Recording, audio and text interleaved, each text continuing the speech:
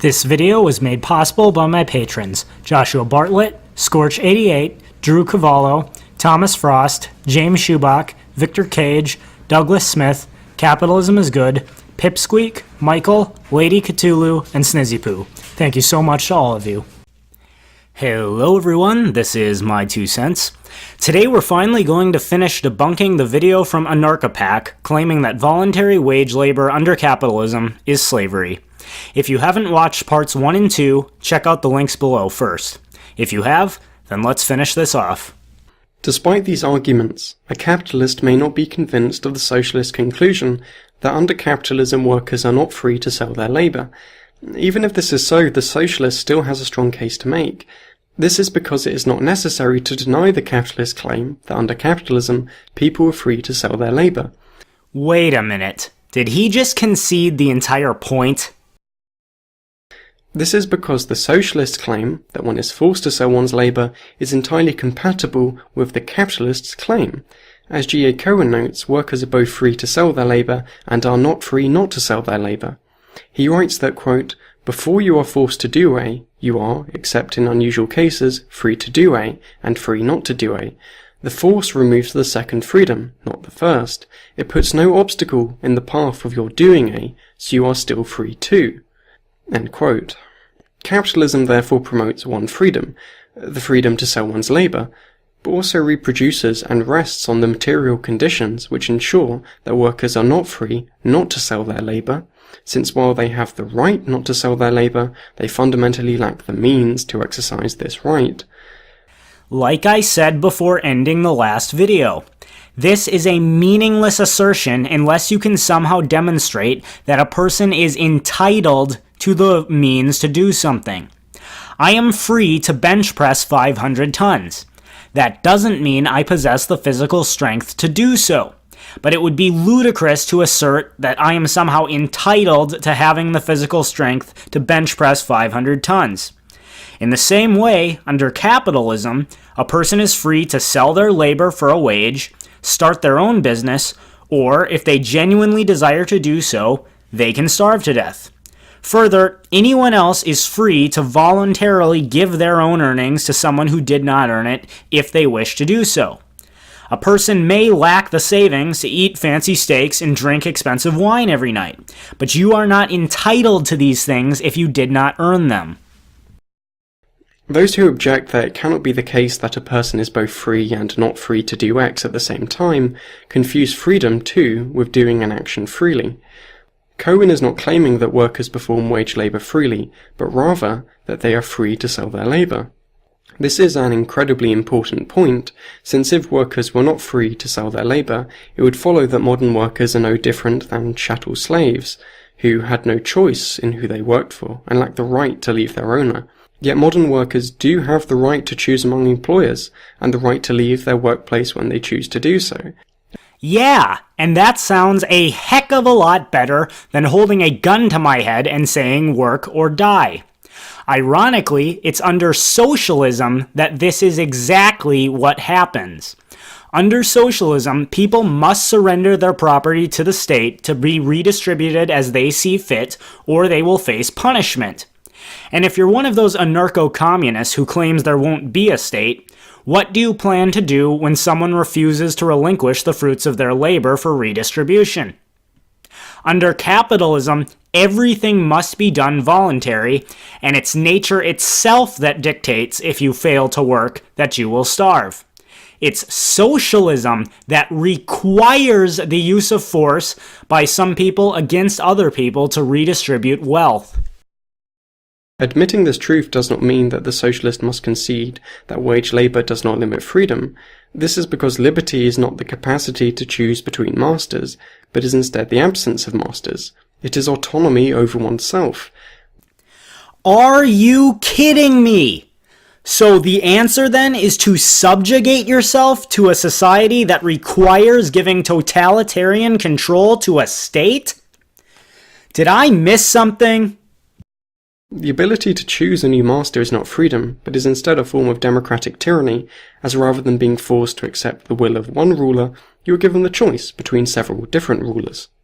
Even if we ignore these arguments and concede that the capitalist is correct to insist that one is free to sell one's labour and free not to sell one's labour, it still does not follow that wage labour does not limit freedom. My central point is that while it is the case that something being voluntary is a necessary condition for it being a domain of freedom, it is not a sufficient condition, because something can be voluntary, but nonetheless limit freedom. And you've yet to explain how a person is entitled to food and comfort without working, despite the fact that nature dictates that someone must work or else there is no food and comfort. Or to put it differently, a person may voluntarily enter an institution, group or organization, but it does not follow from this fact that while within it, their freedom is not being limited.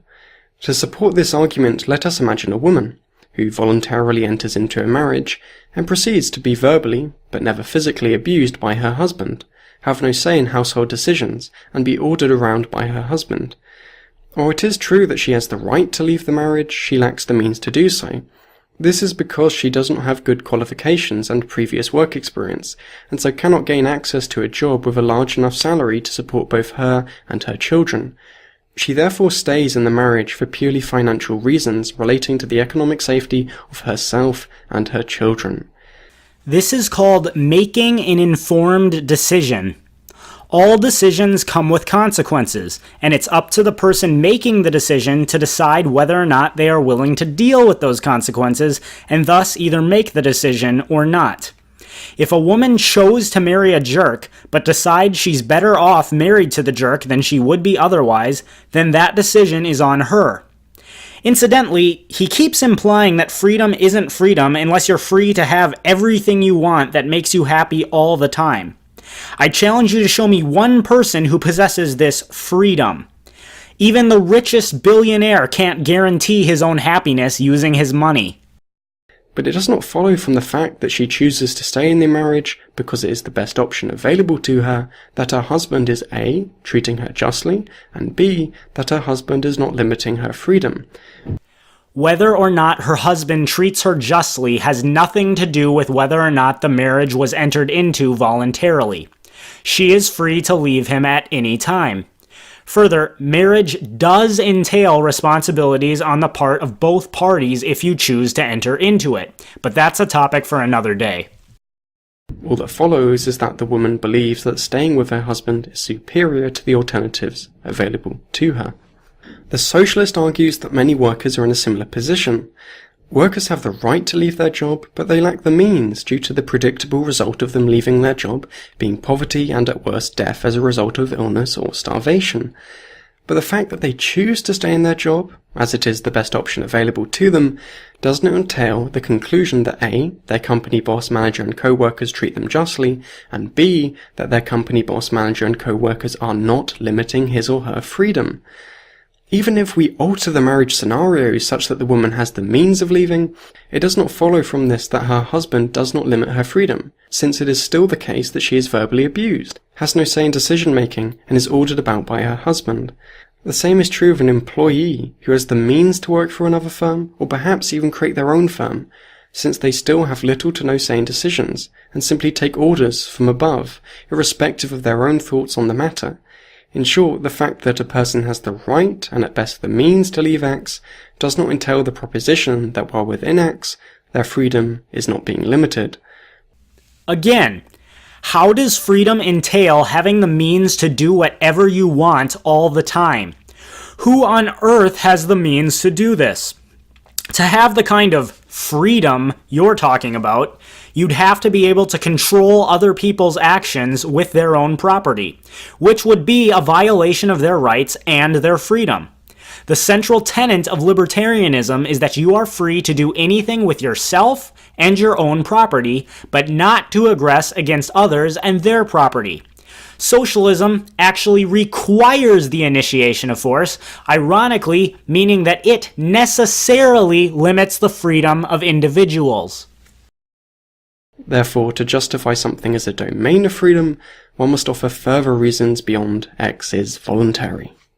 To conclude, the anarcho-capitalist's argument fails. If the traditional socialist argument is correct, it follows that one is not free to sell one's labour. If one accepts the premise that one is free to sell one's labour, then if G.A. Cohen is correct, this freedom is compatible with not being free not to sell one's labour. Even if one were to claim that one is entirely free to sell one's labour, it still would not follow that wage labour does not limit freedom, since X being voluntary is a necessary condition for it being a domain of freedom, not a sufficient condition. Thus, the anarcho-capitalist argument does not manage to show that wage labour does not limit freedom. So, wrapping up, his argument is essentially, if you don't have the means to do whatever you want all the time, you're not free. Gee, if that's what it means to be free, then socialism is not the way to go. Under socialism, the state has the right to hold a gun to your head and say, give me the fruits of your labor or else. Gee, socialism is so much freer than capitalism. Alright, well, that's it for this video. Again, a reminder to everyone, if you donate at least $10 a month on Patreon or Maker Support, you'll be guaranteed to have your video requests made once you've been a patron for 2 months or more. And that is my 2 cents. Take it for what it's worth. Thanks everyone for watching. If you liked this video, please hit like and subscribe. You can also hit the bell to ensure you're notified every time I upload a new video. This video was made possible by my patrons. If anyone else would like to donate and help ensure that I have the time and resources to keep putting out content, for just $1 a month on Patreon or Maker Support, you'll receive your name listed in the end credits and the link to one of your social media platforms listed in the description. You can also support the channel by purchasing my 2 cents merchandise or checking out my Amazon affiliate links. To follow me on Twitter, minds.com, BitChute, WordPress, Gab, or iTunes, check out the links in the description. Uploads are every Tuesday, Thursday, and Saturday, so stay tuned for more videos.